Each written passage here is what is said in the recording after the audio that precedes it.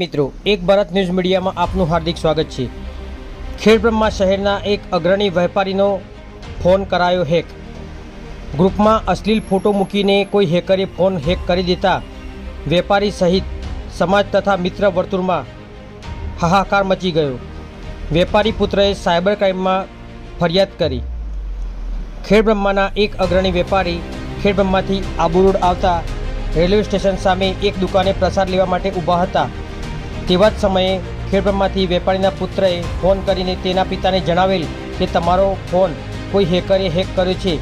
ઉપરાંત ગ્રુપમાં પડેલ ફોટા વિશે જણાવીને ફોટા જલ્દીથી ડિલીટ કરવાનું કહ્યું હતું, જેથી વેપારીએ ગાડીમાં પડેલ ફોન ચાલુ કરતા ફોનમાં ઇનકમિંગ ચાલુ હતું પણ આઉટગોઈંગ બંધ થઈ ગયું હતું। સાથે વોટ્સઅપ ઓપન કર્યું પરંતુ વોટ્સએપ ઓપન થયું નહીં। ફોનના તમામ ફીચર્સ સંપૂર્ણ હેક થતાં કોઈને ફોન પણ કરી શકવા માટે અસમર્થ હતા। વેપારીએ આબુ રોડમાં એક મોબાઈલ રિપેરિંગના કારીગરને ફોન બતાવતા કારીગરે પણ ફોન હેક થયો છે તેવું જણાવ્યું હતું।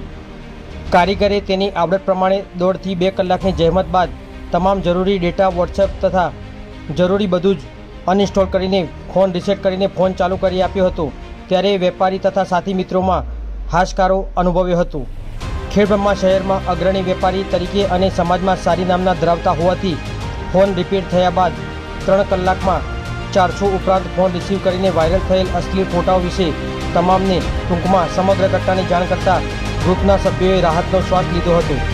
જ્યારે વેપારીના પુત્રએ સમયસૂચકતા વાપરીને સાયબર ક્રાઇમના 1930 નંબર પર તેના પિતા સાથે બનેલી સમગ્ર ઘટના અંગે જાણ કરીને ફરિયાદ નોંધાવી હતી। પત્રકાર વિશાલ ચૌહાણ, સાબરકાંઠા।